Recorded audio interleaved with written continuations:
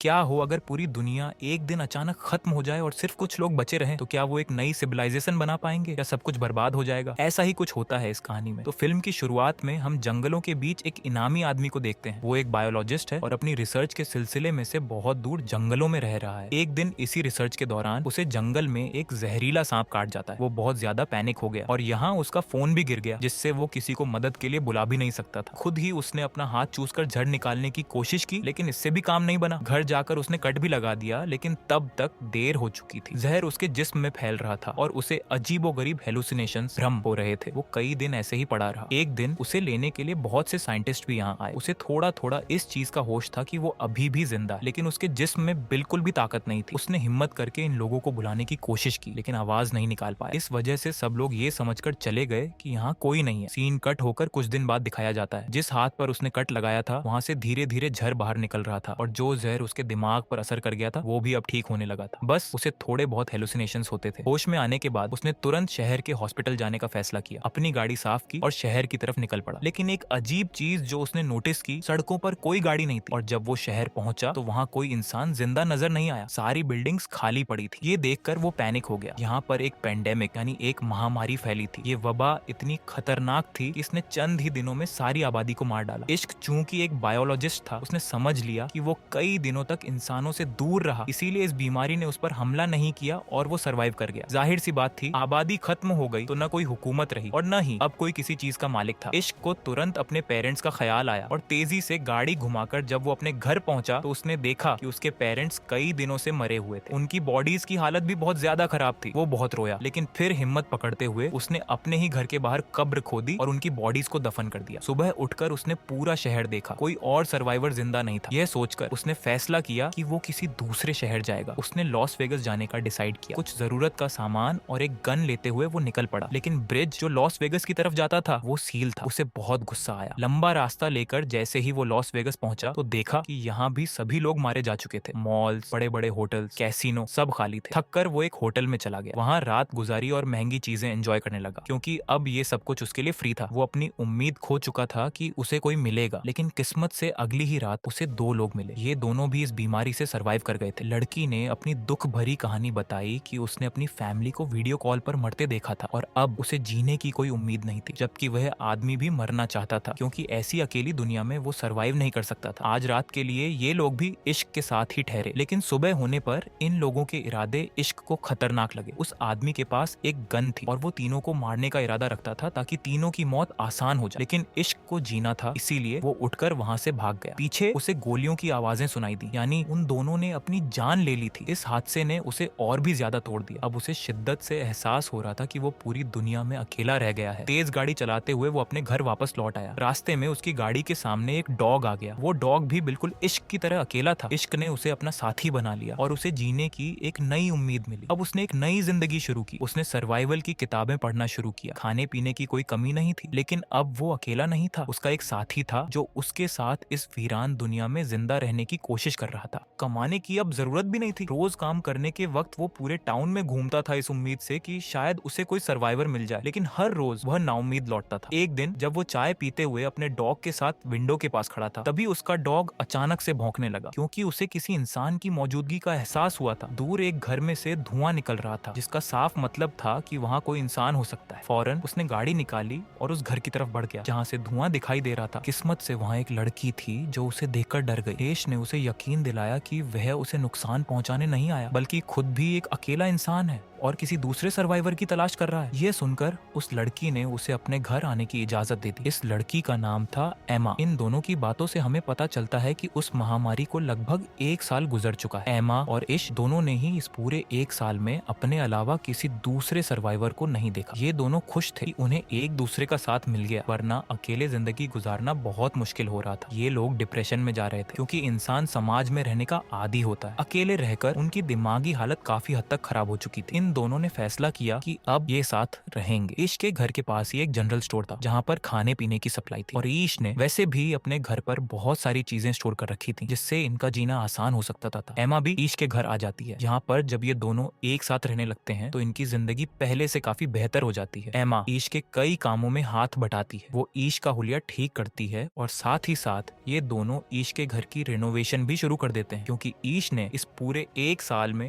अपने घर पर ध्यान नहीं दिया था। साथ काम करने के लिए ये रोज सुबह उठते और अपना टारगेट पूरा करते। अब इन दोनों को ये भी एहसास हुआ कि अगर दुनिया में सिर्फ यही दो लोग बचे हैं तो आबादी भी बढ़ानी होगी। पहले ये सिर्फ एक विचार था, लेकिन जब ईश को पता चला कि एमा प्रेग्नेंट हो गई है तो वो बहुत डर गया। उसे डर था कि क्या उसका बच्चा इस अजीब सी दुनिया में सरवाइव कर पाएगा। एमा उसे हौसला देती है कि सब ठीक हो जाएगा। ईश जो कि एक बायोलॉजिस्ट था, उसने बुक्स से पढ़कर बच्चे के जन्म से जुड़ी जानकारियां इकट्ठा करनी शुरू कर दी क्योंकि उसे पता था कि ये दोनों अकेले हैं और ये काम खुद ही करना पड़ेगा। साथ ही ये दोनों अपने घर को भी परफेक्ट बनाने की कोशिश करने लगे। ईश ने यहाँ सोलर पैनल्स भी लगा लिए ताकि उनके घर में बिजली की कमी न हो। महामारी को गुजरे काफी वक्त हो चुका था, अब शहर भी जंगल जैसा बनने लगा था। जंगली जानवर शहरी इलाकों की तरफ आने लगे थे, ये उनके लिए बड़ा खतरा बन रहा था। इसलिए उन्होंने अपने घर के इर्द गिर्द एक बाट बना ली और खुद को बचाने के लिए कुछ हथियार भी रख लिए। अब इन लोगों ने कुछ पालतू जानवर भी पाल लिए थे, इनसे इनकी जरूरतें पूरी हो रही थी और साथ ही ये लोग ज्यादा से ज्यादा व्यस्त भी रहने लगे थे। इंसान न होने की वजह से इर्द गिर्द का सारा इलाका हरा भरा हो गया था। यहाँ की हवा भी बहुत साफ हो गई थी जिससे इनकी सेहत पहले से काफी अच्छी हो गई थी। इनकी जिंदगी अब लगभग परफेक्ट हो चुकी थी। लेकिन फिर एक दिन इन्हें एक और बड़ी मुसीबत का सामना करना पड़ा। पता नहीं कहां से, लेकिन शहर में अचानक बेतहाशा चूहे आ गए। इन्हें देखकर ईश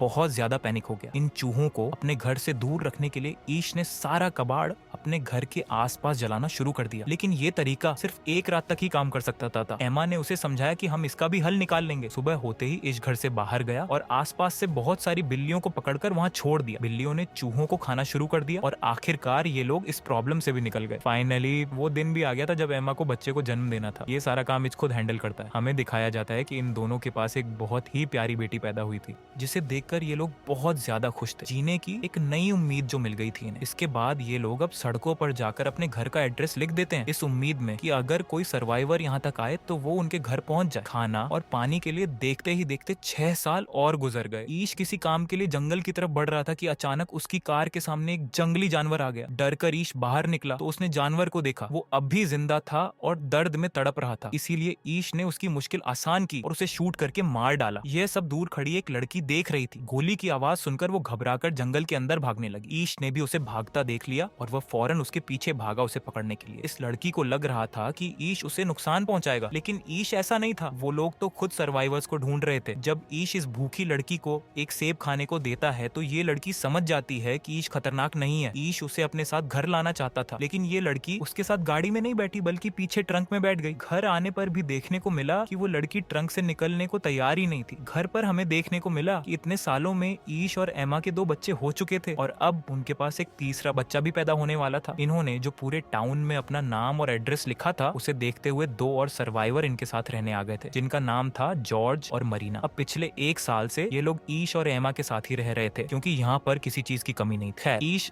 जिस लड़की को जंगल से लेकर आया था वो लड़की अभी भी ट्रक से बाहर नहीं निकली थी। पूरी रात भी उसने ट्रक में ही गुजार दी। मरीना सुबह होने पर जब उसे खाना देने आई तो घबराकर उसने खाना भी दूर फेंक दिया। तब मरीना ने उसे शांत किया और अपनी कहानी सुनाई कि वो और जॉर्ज काफी महीनों से इस अकेली दुनिया में भटक रहे थे। फिर उन्हें ईश और एमा का एड्रेस मिला और वह उन्हीं के साथ रहने लग गए। उसने बताया कि ये दोनों बहुत अच्छे हैं और यहाँ पर किसी चीज की कमी नहीं है। उसकी ये बातें सुनकर ये लड़की थोड़ा शांत होती है और उनके साथ घुलने मिलने लग जाती है। लेकिन अजीब बात ये थी कि उस लड़की ने ना तो ज्यादा बात की थी अभी तक और ना ही उसने अपना नाम बताया था। मरीना एक दिन उसका सामान देखती है तो उसमें अजीबोगरीब ड्राइंग्स उसे दिखाई देती हैं। साथ ही उसे एक लेटर में इस बच्चे का नाम ईवी पता चलता है। उस लेटर में लिखा था कि इस पैंडेमिक के दौरान उसके डैड ने उसके साथ ज्यादती कर दी थी जिसकी वजह से अब वह अपने सामने आने वाले हर इंसान से डरती है। यह लेटर उसकी मॉम ने लिखा था जिसमें वह चाहती थी कि ईवी जिसके भी पास जाए वह उसका ख्याल रखे क्योंकि उसकी मॉम खुद ही मरने वाली थी। ये बात जानकर सभी ईवी का पहले से ज्यादा ध्यान रखने लग जाते हैं। इसी रात एमा को तीसरा बच्चा पैदा होता है जिसकी वजह से ये लोग बहुत ज्यादा खुश हो जाते हैं। 1 साल ऐसे ही गुजर जाता है। एक दिन उन्हें अपने एरिया में किसी के आने की खबर मिलती है। सभी लोग डर जाते हैं। छोटे बच्चों को अंदर भेजकर सभी बड़े लोग गन्स लेकर बाहर निकलते हैं ये चेक करने के लिए कि यहाँ पर कौन आया है। इन्हें पता चलता है कि यह एक और सर्वाइवर्स का ग्रुप था जिसमें टोटल 4 लोग थे। ये लोग भी ईश और एमा का एड्रेस देखते हुए यहाँ पहुंचे थे। इसमें एक डॉक्टर थी मोली, जिन्होंने इन सबको बताया कि इतने सालों में वह सिर्फ इन 4 जिंदा इंसानों से मिल पाई है और उसके बाद वह अब ईश की फैमिली से मिल रही है। इनके हुलिये और बातों से लग रहा था कि ये लोग नुकसान नहीं पहुंचाएंगे किसी को भी, इसीलिए ईश और एमा इन्हें भी अपनी फैमिली में शामिल कर लेते हैं। वैसे भी यहाँ चीजों की तो कोई कमी है ही नहीं। अब ये लोग एक साथ मिलकर एक बड़ी सोसाइटी बना सकते हैं। ईश इन नए मेंबर्स को इस दुनिया में सरवाइव करने के रूल्स बताता है कि इन्हें हर वक्त अपने हथियार अपने पास रखने होंगे, क्योंकि यह दुनिया अब एक जंगल की तरह बन गई है। जंगली जानवरों का सामना इन्हें आए दिन हो सकता है। ये लोग सप्लाई लेने के लिए जब भी यहाँ से बाहर निकलते हैं तो जरूरी है कि ये लोग ग्रुप की शक्ल में निकले, नहीं तो कोई भी जंगली जानवर या कोई और चीज इन्हें नुकसान पहुंचा सकती है। ये सारे असूल बताने के बाद ये लोग सप्लाई लेने के लिए मॉल और हॉस्पिटल की तरफ निकलते हैं। मोली जो एक डॉक्टर थी, उसने हॉस्पिटल से बहुत सारी ऐसी चीजें इकट्ठा कर ली थी जिन्हें ये अपनी कम्युनिटी में ले जा सकते थे और जिनसे इन सब लोगों का इलाज हो सकता था। खैर, सालों का वक्त गुजर जाता है और हमें पता चलता है कि इस पूरे ग्रुप में काफी सारे बच्चे हो गए थे और दूसरे कपल के पास भी बच्चे थे। इनकी कम्युनिटी अब बड़ी होती जा रही थी। ईश अपने सारे बच्चों को पढ़ाता था और उन्हें बताता था कि पहले की कम्युनिटीज कैसे होती थी, इंसान कैसे सर्वाइव करते थे। वो उन्हें पढ़ा रहा था ताकि आने वाले वक्त में उन्हें कोई मुश्किल ना हो। जिंदगी इनकी नॉर्मल गुजर रही थी। घर के आसपास पूरा जंगल उगाया था और इसी जंगल में से एक दिन एक बहुत बड़ा शेर इनके घर में आ घुसा। शुक्र था कि ठीक वक्त पर ईश की नजर उस पर पड़ गई। अपने बच्चों को बचाने के लिए ईश वहां पहुंचा और शेर ने उस पर हमला कर दिया। इससे पहले कि ये लोग कुछ कर पाते, शेर ने उसे बुरी तरह घायल कर दिया। ये देखकर सभी पैनिक हो गए। जब बाकी लोग वहां पहुंचे तो शेर वहां से भाग गया। एमा ईश की ये हालत देखकर गुस्से से पागल हो गई और उसने गन उठाकर जंगल में जाकर उस शेर को शूट करके मार डाला। हालांकि ठीक वक्त पर मोली और बाकी लोगों ने मिलकर ईश की जान बचा ली और उसका ट्रीटमेंट भी शुरू कर दिया। काफी हफ्ते लगे, लेकिन फिर ईश पहले जैसा सेहतमंद हो गया। देखते ही देखते अब 17 साल गुजर गए। इन सब लोगों के बच्चे अब जवान हो चुके थे। हमें पता चलता है कि इतने सालों बाद ईश की बड़ी बेटी हैदर उनके ही ग्रुप के एक लड़के में इवॉल्व होने लगी। इनकी दोस्ती काफी अच्छी थी और इनकी दोस्ती से किसी को भी ऐतराज नहीं था, क्योंकि इन्हीं सब लोगों ने आपस में रिलेशन बनाने थे। हैदर और वह लड़का अब इस दुनिया को एक्सप्लोर करने और दूसरे सर्वाइवर्स को ढूंढने की उम्मीद में इस टाउन से बाहर जाना चाहते थे। इस चीज पर भी किसी को कोई ऐतराज नहीं हुआ और ये लोग उन्हें गन्स और कुछ जरूरी सामान देकर सफर पर भेज देते हैं। उनके जाने के बाद यहाँ पर एक और मसला खड़ा हो जाता है। बाकी रिसोर्सेज तो इनके पास ठीक ठाक थे, लेकिन अब इन्हें पानी की कमी का सामना करना पड़ गया था। डैम पर जाकर इन्हें पता चला कि डैम का पानी खत्म हो रहा है और ये मसला इनके लिए जानलेवा साबित हो सकता था। कुछ दिन बाद इनके एरिया में एक और सर्वाइवर्स का ग्रुप आता है, जिनके पास 2 ट्रक थे। उनके पास पेट्रोल की कमी थी जो वो ईश से मांगने के लिए आए थे। इसके बदले वो कहते हैं कि हम आपकी पानी की समस्या को हल कर सकते हैं, क्योंकि हमारे पास ड्रिल मशीन है और जमीन के नीचे से ड्रिल करके अभी भी पानी निकाला जा सकता है। ईश को ये ऑफर बुरा नहीं लगा था। उसने अपनी कम्युनिटी में इन लोगों को रख तो लिया, लेकिन अपने सभी लोगों को वार्निंग दे दी कि संभल कर रहना, हो सकता है कि ये सर्वाइवर्स खतरनाक हो। दिखाया जाता है कि अब इन लोगों ने अपनी डील के मुताबिक ईश के घर पर ड्रिलिंग शुरू कर दी थी। कई दिनों की मेहनत के बाद आखिर पानी निकल भी गया और ये लोग बहुत ज्यादा खुश हुए। डील पूरी हो चुकी थी। ईश के लोगों ने भी उन्हें ऑयल दे दिया और आज रात इन लोगों ने सेलिब्रेट किया। सुबह होते ही उन लोगों को यहाँ से निकल जाना था। ईश ने नोटिस किया कि उस ग्रुप का लीडर चार्ली बड़े ही संदिग्ध अंदाज में रात के वक्त उनके कमरे से निकल रहा था और बाहर उसका एक आदमी पहरा दे रहा था। जब ईश ने अंदर जाकर देखा तो पता चला कि उसने ईवी को टॉर्चर किया था। ईश ने जल्दी से ये बात अपनी पूरी कम्युनिटी को बताई। ये बात सच में खतरनाक थी। ईवी ने बताया कि चार्ली कह रहा था कि अब वो यहाँ से कहीं नहीं जाएगा, क्योंकि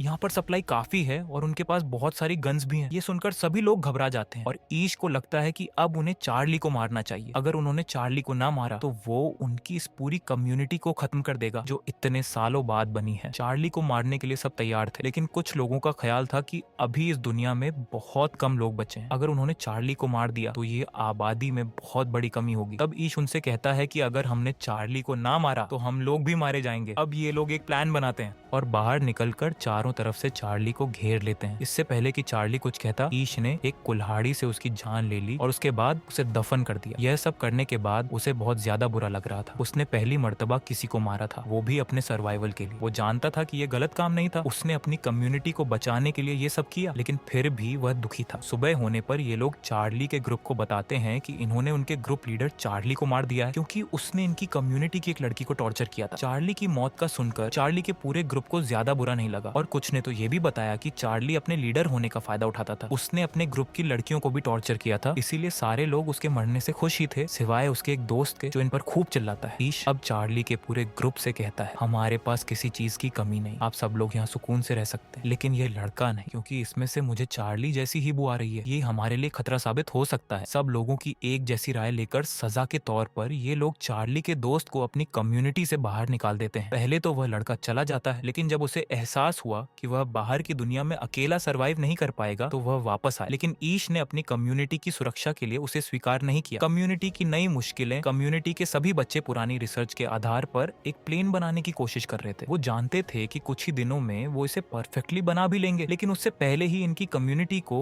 एक और बड़ी मुसीबत का सामना करना पड़ गया। कम्युनिटी के बहुत से लोग उसी वायरस से संक्रमित हो गए जो आज से 20 साल पहले फैला था, जिससे पहले ये सारे सर्वाइवर्स किसी न किसी तरह इम्यून हो गए थे। मूली के पास काफी सारी मेडिसिन थी, जिसकी वजह से उसने इन सब का इलाज तो किया, लेकिन ईश का बेटा बहुत ज्यादा बीमार था। उसकी इतनी ज्यादा खराब हालत की वजह से पूरी कम्युनिटी परेशान थी। इसी परेशानी के बीच हम देखते हैं कि ईश की बड़ी बेटी अकेली वापस घर लौटती है। वो रो रही थी। सब ने उससे उसके पार्टनर के बारे में पूछा और रोते हुए उसने कहानी बताई कि जब ये लोग सफर पर निकले तो इन्होंने बहुत सारे शहर ढूंढे, सर्वाइवर्स की तलाश की, एक एक घर छान मारा, लेकिन कोई सर्वाइवर नहीं मिला। ये जगह जगह अपने घर का एड्रेस लिखते रहे और फिर ये लोग एक जगह पहुंचे जहां जंगल में इन्हें एक इंसान मिला। उसने हैदर के पार्टनर को पकड़कर मार दिया। उसने कहा था कि यह चार्ली का बदला है, यानी साफ था कि यह वही आदमी था जिसे ईश ने अपने ग्रुप से निकाल दिया था। हैदर ने बताया, मैं अपनी जान बचाने के लिए और क्या कर सकती थी, मैंने उसे भी मार डाला और फिर तेजी से अपने घर वापस लौट आई। सब लोग दुखी थे, अभी इस दुख से निकले भी नहीं थे कि ईश का दूसरा बेटा भी मर गया। बात सिर्फ यही खत्म नहीं हुई। ईश के बेटे के मरने के बाद उनकी कम्युनिटी के 3 और मेंबर्स भी मारे गए। इस हादसे से ईश बुरी तरह टूट गया। अब उसका इस दुनिया में रहने का मन नहीं कर रहा था। वो इस दुनिया से जाना चाहता था। एमा का सहारा और नई शुरुआत। तब एमा ने उसका साथ दिया, बिल्कुल उसी तरह जब वो बिल्कुल अकेला था। उसने कहा, देखो, जब हमें कोई नहीं मिला था तब हमने दोनों ने मिलकर जिंदगी की शुरुआत की थी, और अब तो हमारा इतना बड़ा ग्रुप बन गया है, हमें ही इस दुनिया को आबाद करना है। तुम अगर ऐसे ही हार मान जाओगे तो ग्रुप के बच्चों को कौन ट्रेनिंग देगा? उसकी बात सुनकर ईश को थोड़ा हौसला मिला। वह पहाड़ों पर चला गया सनराइज देखने के लिए। यह पिछली दुनिया के सनराइज से बिल्कुल अलग था। पहले जैसी दुनिया के रंग फीके लगते थे, अब हर चीज में ताजगी थी। यह देखकर ईश को एहसास हुआ कि यह पहले वाली दुनिया नहीं रही, यह एक नई दुनिया है। वह अपने बच्चों को पहले वाली दुनिया में रहने की ट्रेनिंग दे रहा था, जो गलत था। वो समझ गया कि अब उसे अपने बच्चों को इस नई दुनिया में सरवाइव करना सिखाना है। घर जाकर यही स्पीच वो अपने बच्चों को देता है। हम अभी तक गलत डायरेक्शन में जा रहे थे, हम पुरानी दुनिया में चलने की कोशिश कर रहे थे, लेकिन जब पुरानी दुनिया रही ही नहीं तो फिर उसमें चलने की ट्रेनिंग क्यों लेनी है? यह एक नई दुनिया है और हमें इसके मुताबिक चलना है। नई दुनिया के लिए नए कदम। इसके बाद ईश ने कहा, अब से तुम लोग वही सीखोगे जो नेचर तुम्हें सिखाएगा और जो इस दुनिया में रहने के लिए जरूरी है। इस दुनिया में इनकी कम्युनिकेशन बिल्कुल बंद हो गई थी, इसलिए इन्होंने फैसला किया कि यह अब अपना कम्युनिकेशन नेटवर्क बनाएंगे। इन्होंने दोबारा से एक नया रेडियो बनाया जिससे इनकी कम्युनिकेशन स्ट्रांग हो गई। इसके बाद आए दिन ईश नए नए सोशल इवेंट्स रखने लगा, जिसमें बच्चों को एहसास हुआ कि कैसे सभी इंसान मिलजुल कर जिंदगी गुजारते। ईश ने अब अपनी यह कोशिश अपने तक नहीं रखी। उसने अपनी कम्युनिटी से बाहर निकलकर अपने शहर को भी रिनोवेट करना शुरू किया। दोबारा होटल्स को आबाद किया और फिर अपने आसपास के शहरों को भी ठीक करने का इरादा कर लिया। आपकी राय, अगर इन लोगों की जगह फिल्म में आप होते तो क्या करते? अपनी राय कमेंट में बताना मत भूलना। मिलते हैं अगली वीडियो में।